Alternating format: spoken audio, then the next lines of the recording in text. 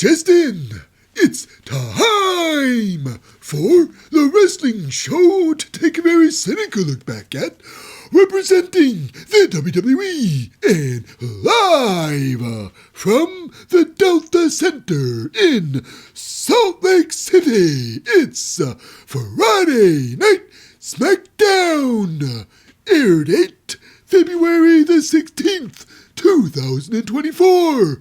This episode is the road to the Elimination Chamber. So, let's go in. 1, 2, 1, 2, 3.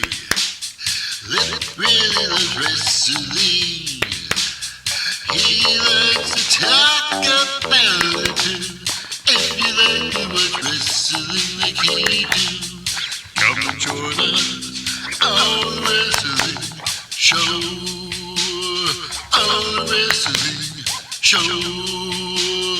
On the wrestling show. Baby.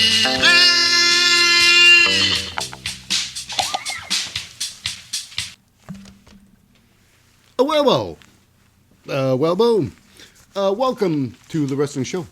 I'm your most fickle host, Lip Hazlewood, and this is a very cynical look back at the latest episode of Friday Night Smackdown. But before we dive into the show, just a quick shout out to the non-competitors. That's right, they are the glue that holds the building together. First and foremost, representing the general manager. Most people know him as Mr. Mickey James. Other people know him as Mr. NWA, but we all know him as Nick Aldis. Next, getting all the pre-match interviews and all the backstage scoops, we got the team of Kayla Braxton, and Byron Saxstone. And next, heading into the ring with the officials of the night, the referees. And they are the team of Adrian Butler, a.k.a. Daryl Sharma, Charles Robinson, Dan Engler, and Jessica Carr. And of course, letting everybody know who's about to fight and the results of such matches. It's Mike Rome. And lest we forget, it's the commentary crew. The play-by-play guys, the hosts, and I call them the narrators of the whole damn show. They are first. He is the very reliable. He is the very handsome and sharply dressed man, Corey Graves. And then next, back in Corey Graves, it is, of course, my personal favorite. I think he's a future Hall of Famer for sure. One of the great commentators out there. My personal man crush, I gotta say. The man with the silky yet very raspy voice. It is Wade Barrett, the man himself. And of course, I guess without any further ado, let's get started with the show. And we start with some news about who's not there. I always talk about, before we start the show, really, what championes aren't represented on SmackDown. And it's usually this. It's usually it's that your champion, Roman Reigns, and United States champion, Logan Paul. But they're both there today. Who's not there? Why? It's the women's champions, Io Sky, Asuka, and Kairi Sane. Now, even though there's a pre-recorded segment, they're not there. I believe they're not there live. And of course, as usual, it's the Judgment Day. Judgment Day, Finn Balor and Damian Priest, not there. What are you gonna do? What you gonna do? Anyways, we start off. I think I'm gonna say anyways a lot. We start with the match. Start the day with a huge match, and it is, of course, the road to the Elimination Chamber. This one here is one of the qualifying matches. It's between Kevin Owens and Judgment Day's Dominic Mysterio. Now, Dominic Mysterio, it's unfortunate for him today. It's weird that there's nobody on his corner to back him up. Nobody backing him up. No, JD McDonough, who's his tag team partner. And no Finn or Damian Priest. Nor is there Rhea Ripley backing up. So it's like, yeah, something's going to go on. Something's going to happen tonight. So regardless of that, I know one thing for sure, or two things for sure. Kevin Owens is a top-notch wrestler.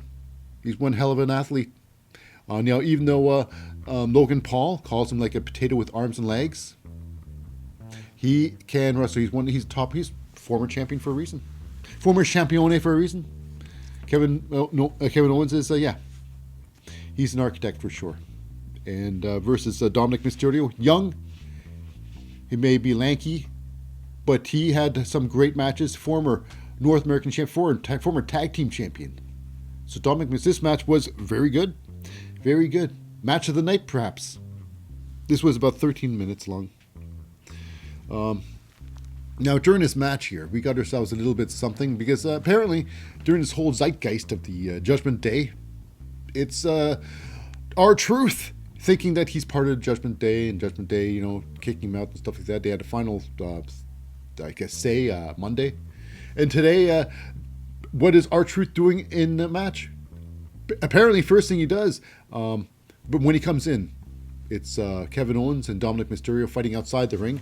Kevin Owens throws in Dominic Mysterio, and that's when R-Truth shows up, I guess, distracting Kevin Owens and thinking, wow, R-Truth, what the heck is going on?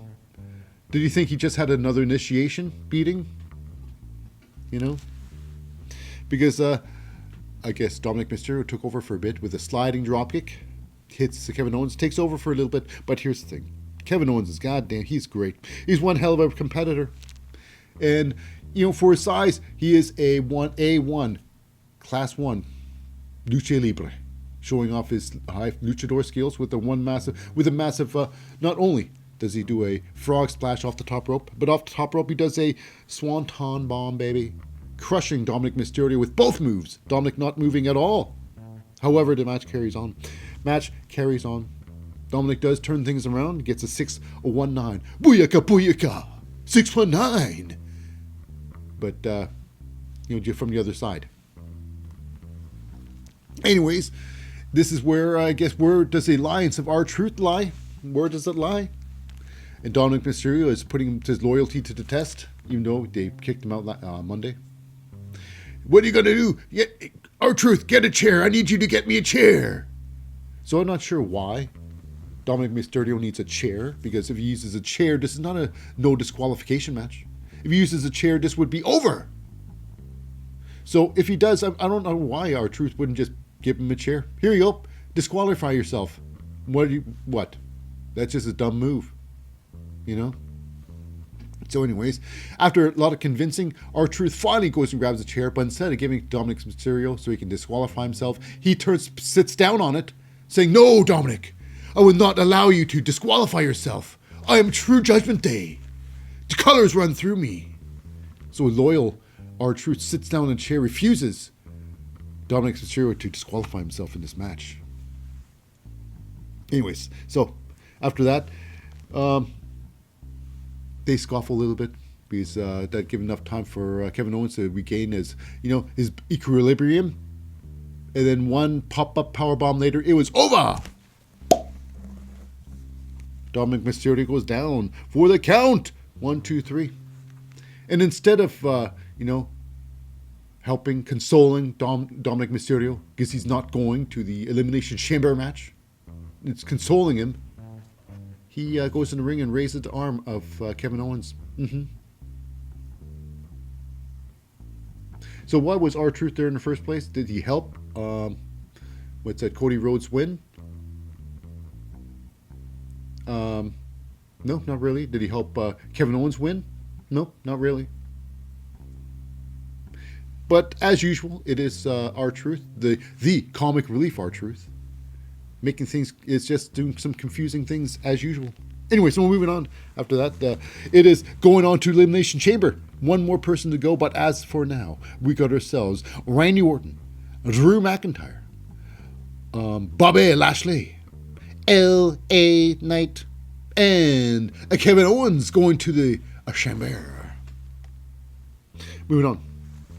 We go have a little bit of a talk backstage with Caleb Braxton talking to Drew McIntyre and what he needs to do. And Drew McIntyre needs to win the Elimination Chamber. He needs to have his moment. Okay, so many times his moments are stolen. and Drew will not have it. At least that's what I believe it was all about. Until, of course, LA Knight. He comes in there, LA Knight. He's got a lot of words to talk. A lot of words for Drew McIntyre. And Drew, he was seething. Oh my goodness, Drew McIntyre was so angry. You can just feel his anger, because of what LA Knight getting in his face. And he's like talking to, because they're in the Elimination Chamber together. Only one person can win. And LA Knight saying, prepare to have your moment stolen again. And he talks about the shirt Drew McIntyre made up for CM Punk, where Drew McIntyre is posing next to a gravestone, a grave with a gravestone, and it's CM Punk. His WrestleMania moment is in the grave. And LA Knight notice that there's a spot on top of CM Punk's name where it can easily fit a DM hunk. Ho-ammo, like a so. And wow, that was some serious talking. So, yeah, the officials had to come in there to break up the potential fight. It's going to be good. They're going to fight each other soon. Anyways, then we move on. We go backstage, and it's with Caleb Braxton. Caleb Braxton once again with another interview. It's with Pete Dunne and his partner. But she asked Pete Dunne, what's his partner, Tyler Bate. So talks about turning your career around when teaming up with your longtime friend, Tyler Bate. And what are you going to do? How are you going to continue your success with the Judgment Day? So that's right. Apparently, there's going to be a tag team champione match. It's Pete Dunne and Tyler Bate, and they have a new name. They named themselves. They can't be called Butch Bate because Butch is now Pete Dunne again. Pete Dunne again. Pete Dunne again. Anyway, so they're now called the NCR.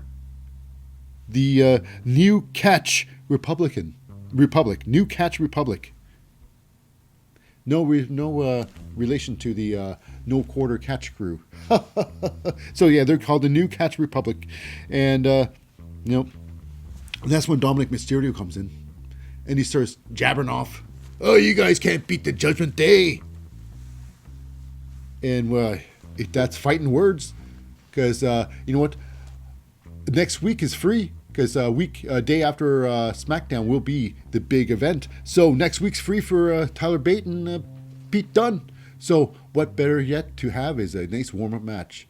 So it's Tyler Bate challenges Dominic Mysterio and his partner, R-Truth, for a match next week. And Dominic Mysterio is like, R-Truth not part of Judgment Day. He's not part of Judgment Day. I'm telling you what. So regardless, R-Truth won't be tagging with Dominic Mysterio, but it will be JD McDonough. And I believe it's going to be Pete Dunne and Tyler Bate going to be winning next week. Their warm-up match for the Tag Team Championes, which I truly think Judgment Day is going to win. I don't think, what's that? Elimination Chamber is going to be that big enough of a pay-per-view for the Tag Team Championships to, switch hands. That's what I think.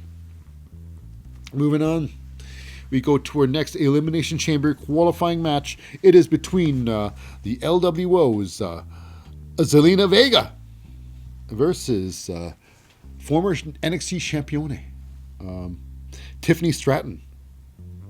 Now, here we go.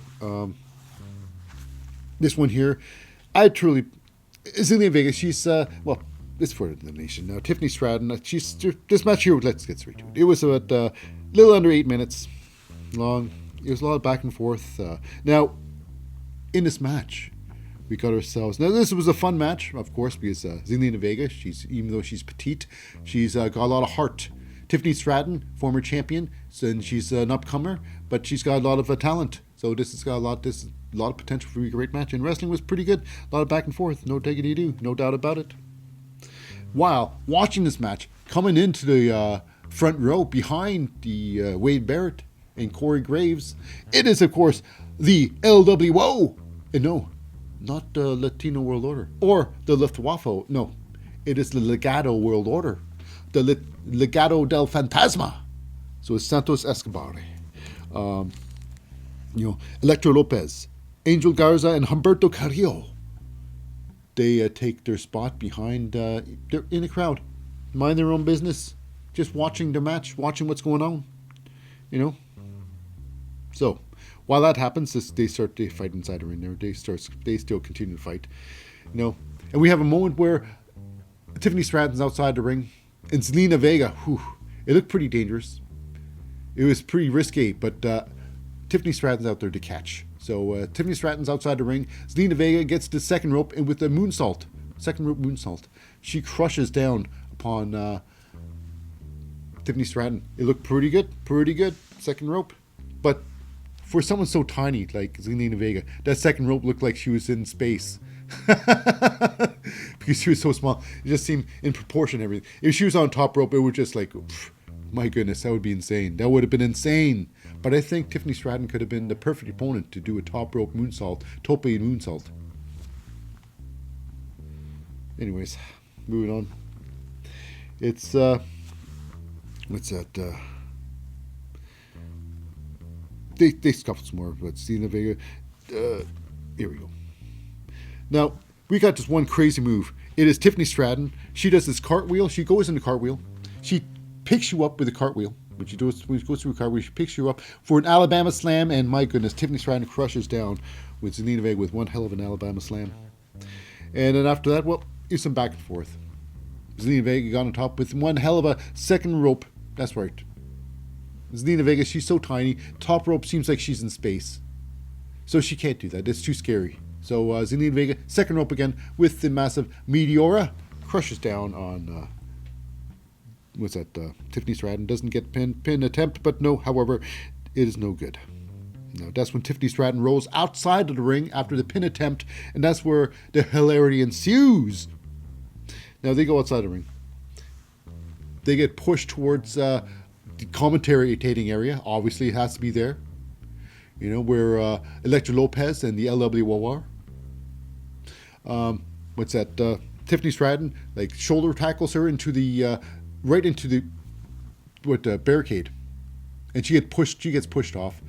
And then that's where it gets weird. It gets hilarious because Zelina starts scuffling with. Now it was all Electra Lopez. She was all the only thing she was doing is watching a match and doing what any fan does is either talk positive or jaw jack to their favorite or their hated wrestler. She was just being a good fan, being interactive fan. But however, Zelina Vega gets so upset she pulls Electra Lopez into the ring, into the fighting area. And then throws her back out into the, crowd area. It's like, okay, that was weird. You just pulled her in and threw her out. Didn't punch her or kick her or anything. Just in and out. But that was enough distraction for Tiffany Stratton. Tiffany's inside the ring there. And she gets all readied up. She gets the cobwebs out. And by the time Zelina Vega goes back in the ring, it's over. She gets pulled into the ring. And then it's one hell of a spine buster. She sets now. Usually, Tiffany Stratton sets up her finishing move with a front cartwheel. Senton, like a fireman's carry, Senton. But this time it was a spine buster, setting up for one massive, beautiful, the prettiest moonsault ever. Going off the top with a springboard, off the top rope, beautiful. Picture perfect. And I gotta admit though, it was a little bit dangerous. Tiffany Stratton landed low or high on Zelina. It looked like it was bad because it was her thighs, her top of her knees and up hit Zelina, and she could have hyperextended her knees. But she didn't, which is good. But it was Zelina Vega losing.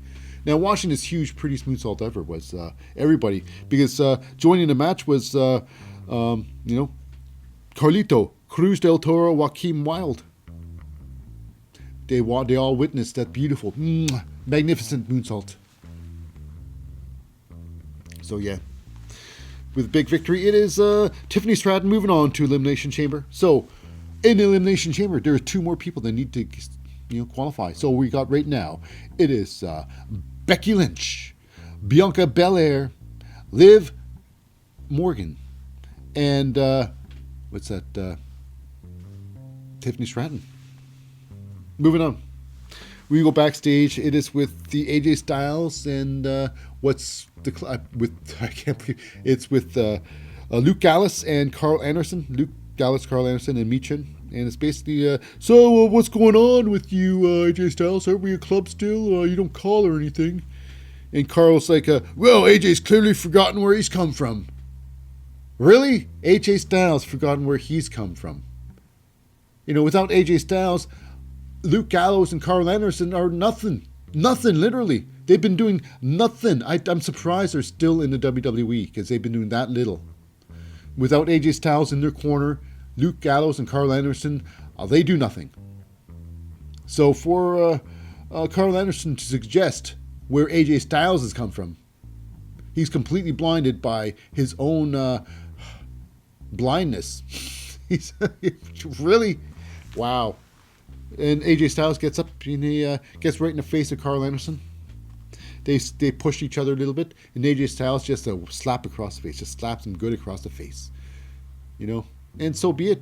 Carl Anderson has to be put in this place, and I think it's going to be next week. I believe they're going to have a fight. Carl Anderson finally going to get in the ring. AJ Styles going to put the whoop ass beating on him, and we're all going to love it, or not. It doesn't matter. So moving on, we go now with the the Japanese connection. That's right. It's the women of the Damage Control, the Japanese women of Damage Control, the belt champions. It is Io Sky and Kairi Sane and Asuka. Basically, there's talk about they're not giving any flowers to Bayley, who put together this Damage Control in the first place, who masterminded their greatness, put together the perfect team. And I guess now that she's the belt champion, because Bayley put them before her. Now they're successful and they think, we don't need you anymore. Whatever their reason is.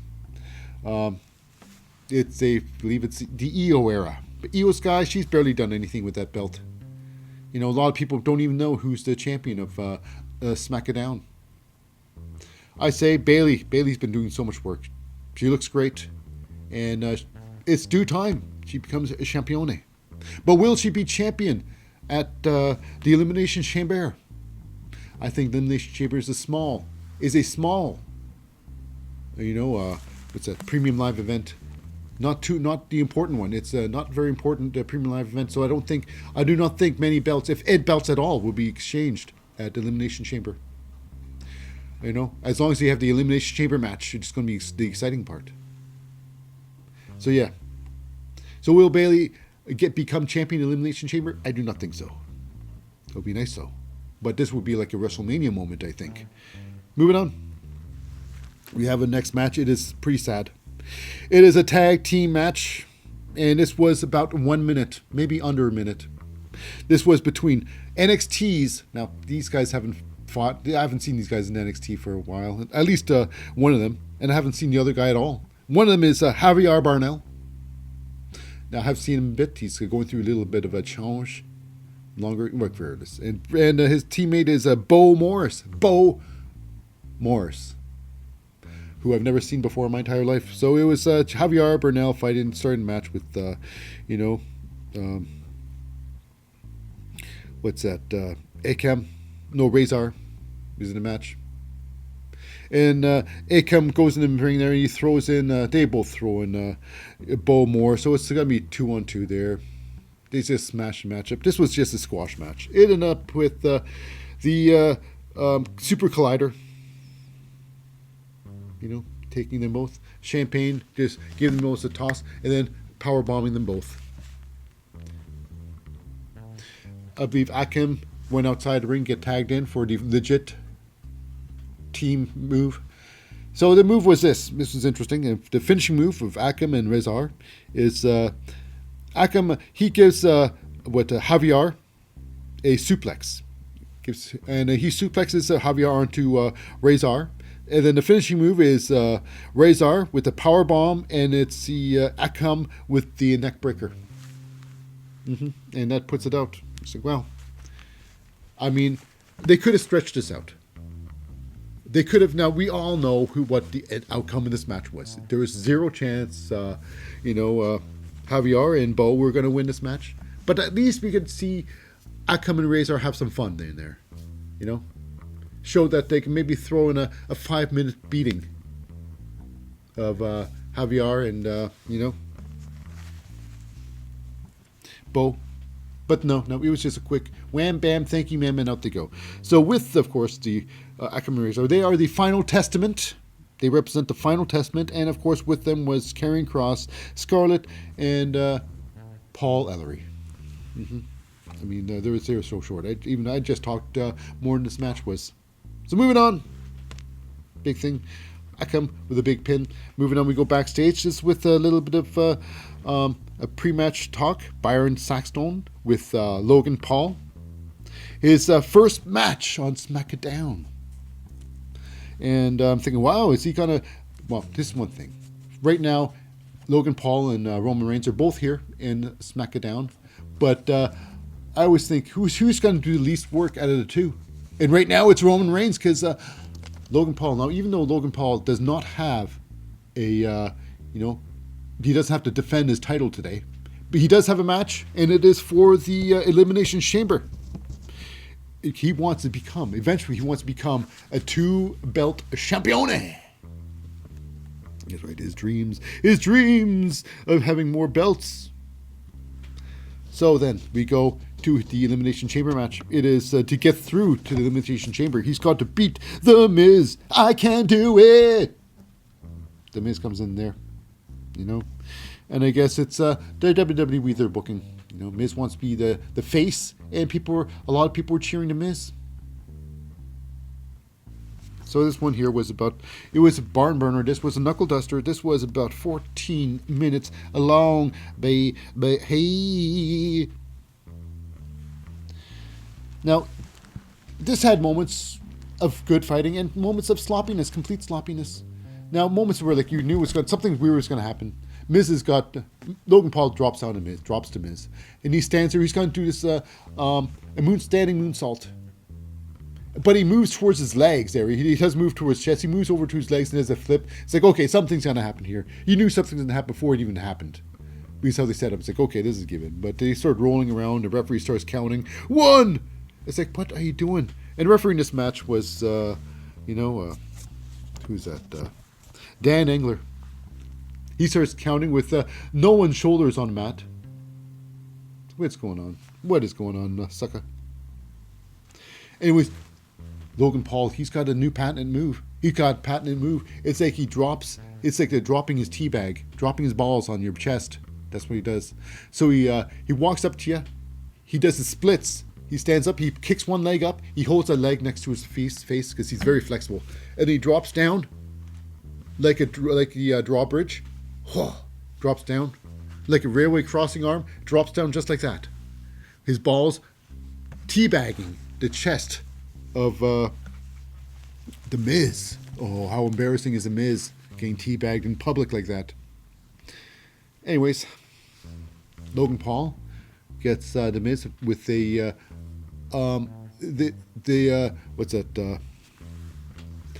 skull crushing finale, or the Paul crushing finale, to the Paul crushing finale. That didn't work. Now, Logan Paul, they both slide outside. Logan Paul goes outside the ring to get some knuckles. Get some knuckles off his friend. He got some brass knuckles. And Miz catches him. He attacks them both. And however, it's not for The Miz.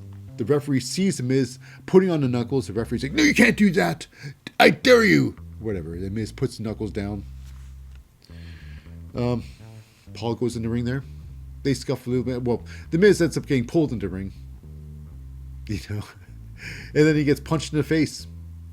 Now, Logan Paul doesn't really need the brass knuckles because apparently, according to Logan Paul and whoever believes him, he's got these titanium plates and screws inside his fist. He's got a bionic fist. He's got nanotechnology in his fist. He's Iron Man. And he punches The Miz right in the face. Like a so. And after that, it's the finishing move. It just sets him up for the finishing move, which is interesting. It's like a form of a, what would you say? It is a modified flatliner. He starts with a belly to belly suplex, and then he a leg sweeps him down, so he just lands on him. It's like, that's the finishing move. That's the Logan Paul. Lay on ya. So 1, 2, 3, it's over. Logan Paul wins. Logan Paul moves on to the Elimination Chamber. So that's one more step towards 2-belt champione. Logan Paul, Miz, does not move on to the Elimination Chamber. So moving on to the Elimination Chamber, it is Randy Orton, Drew McIntyre, what's that? Bobby Lashley, LA Knight, Kevin Owens, and Logan Paul. It's stacked. The stacked chamber match for coming up premium live event. The premium live event. So now here we go. We go into Nick Aldis's office with two potential signees, which is Cora Jade, which is Jade Cargill, and Braun Breaker. Design, and then that's when we have people come in the ring. Back there, it's sitting in the room back there is Liv Morgan and Bianca Belair, and that's when Tiffany Stratton, your Tiffany Top Champione contender, comes in there. And she says, obviously they're all going to be in the Elimination Chamber, and how she's looking forward to being in the chamber and beating both of them. But, it is Nick Aldis kicked them all out, and he wrapped things up with Braun and Jade Cargill. That's right, Jade Cargill. And then we go backstage outside the office, actually outside the Bloodline's dressing room. We got ourselves Paul Heyman addressing your future star, future champ. I guess this guy's got potential. One of my favorites. It's Grayson Waller. So Grayson Waller's having a talk with Paul Heyman. Who knows? Possible Heyman guy, or just perhaps some insurance for their upcoming match. Who knows? Who knows what's going to happen? But I'm sure Paul Heyman's trying to ensure that Roman Reigns does not lose his championship anytime soon. So when we move on to our next match, and it is, of course, this is an Elimination Chamber qualifying match. This match was supposed to be Naomi, the returning Naomi in her first match back, versus Shotzi. Now apparently Shotzi got injured. She's not medically cleared. Apparently, now she's supposed to have this feud. She's supposed to have a fight with Lyra Valkyria on next NXT. It's supposed to be a fight for the the World Championship gold. But apparently during the tapings, she was badly injured. So she cannot compete for the Elimination Chamber. Now, what bad timing, Shotzi. Just when things looking good, things are looking, but Shotzi's she's looking like real skinny. She's looking like Becky Lynch. I'm not sure what's going on. Shotzi's looking like a toothpick, but she broke like one. I don't know how she broke herself, but anyways. So she's not moving on, but taking her place in this elimination qualifying match, it is, of course, one half the unholy union. It's Alba Fire. And accompanying Alba Fire is her tag team partner, Isla Dawn. These two haven't been doing anything for a long time, months and months and months. These guys have been out of action.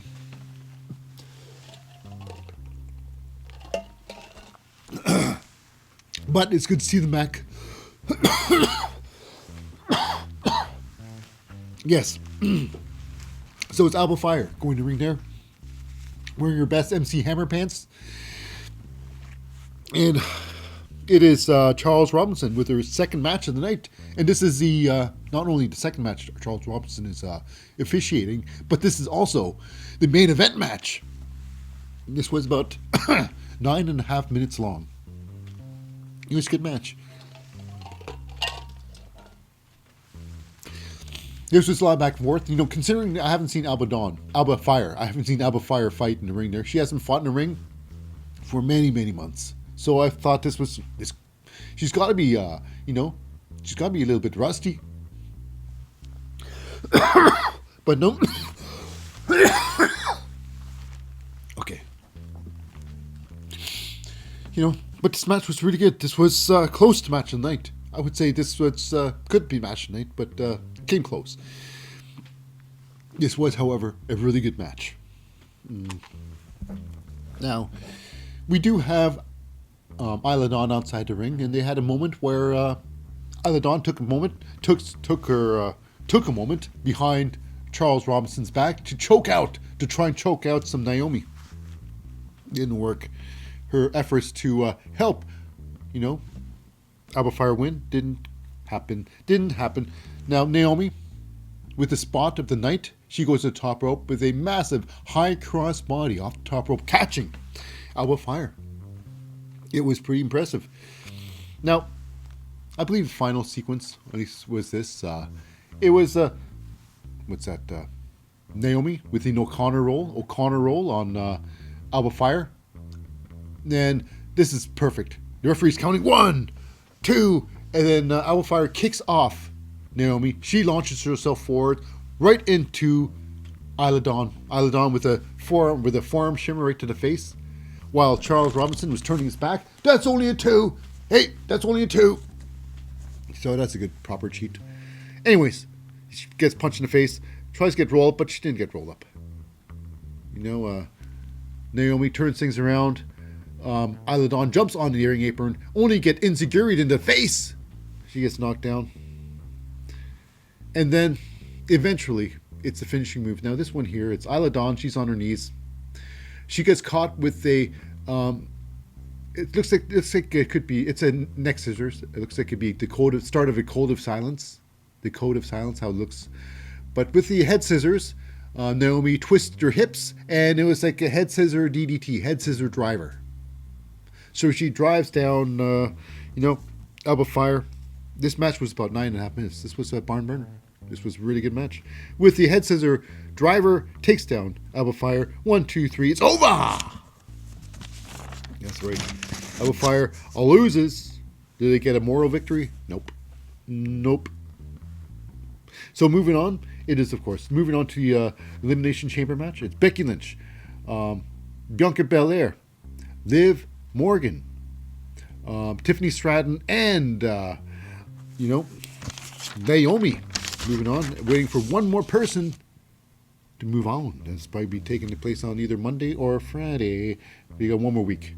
And speaking of weeks, we got ourselves the week Dakota Kai. Well, maybe she's not weak. She's just, maybe she's cleared. I don't know. But anyways, she wants, she needs Bailey, because she feels that Asuka, Io Sky, and Dakota Kai, Asuka, Io Sky, and Kairi Sane are after her, and she needs Bailey's help. So Bailey looking extremely great, and with her the Chris Jericho Lion Tamer hairdo, proudly up on top of her head, so she can see. Regardless, Bailey looking great. But Bailey, she's in a moment of her career that she's been betrayed by her own team. So she doesn't know where, Dakota Kai stands. Is she with her, or is she with the, Io Sky? What's that? Asuka and Kairi Sane. Is she part of the Japanese connection? Is she still the translator of the three? Anyway, so yeah, she can't. All she knows is she doesn't. First, she doesn't know who to trust, and she just can't do it right now. So she moves on. Moving on now. And then we got ourselves a big announcement. Nick Aldis walks out there, signing announcement. Braun Breaker is officially signed to SmackDown. So that's going to be difficult. It could only mean, I can only assume it means one thing, that Braun Breaker and Baron Corbin, the Wolf Dogs NXT title reign could be very, very short. Because because right now, Braun Breaker's on two different organisms, two different companies, so to speak. So he's got to do double duty. Can Braun Breaker pull double duty, or will he just drop the titles? Who knows? But good for Braun Breaker, because no matter what, Braun Breaker would have been signed by Raw or SmackDown, but he chooses SmackDown. Next up, we go to the finale of the show. It is the Bloodline. Roman Reigns, Paul Heyman, Solo Sikoa, and Jimmy Uso. And basically, they're in, Salt Lake City, Utah. And let's all hate on Salt Lake City. It's basically, he calls everybody at Salt Lake City, Utah, a bunch of idiots. And he asks these bunch of idiots not to ruin the big night. And he basically calls it out what it's all about. He calls out what it's all about, and it's Rock becoming the newest member of the Bloodline, joining, of course. They are legitimate blood, so he's joining the Bloodline officially now. And then, oh my goodness, they take their time. Rock takes his time. Dum dum dum ba dum dum dum dum dum ba dum.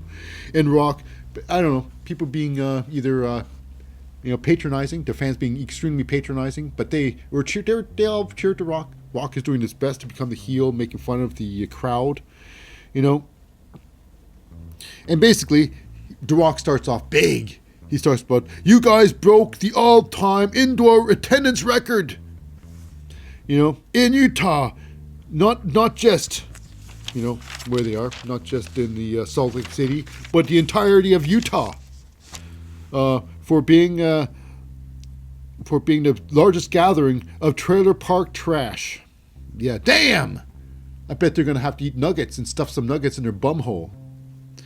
Anyways, each charts by saying, The Rock has come back to Salt Lake City! The crowd cheer because they love, I don't know, either being, they love The Rock, or they're being, patronizing. Who knows? Anyways, it's a team is back. The two are back to make the Bloodline, the Rock and Roman Reigns connection. And they would have made the biggest WrestleMania moment ever. Rock and Roman Reigns, he thinks they would have made the biggest WrestleMania moment ever. Somehow I don't think so. Don't you remember Mr. T? Jeez. Anyways. So, instead, Cody. People want Cody, and now he's saying that Cody should be a man, because Cody did lose last year, even though you complete cheating. You should take your beating and move on. You shouldn't fight him anymore.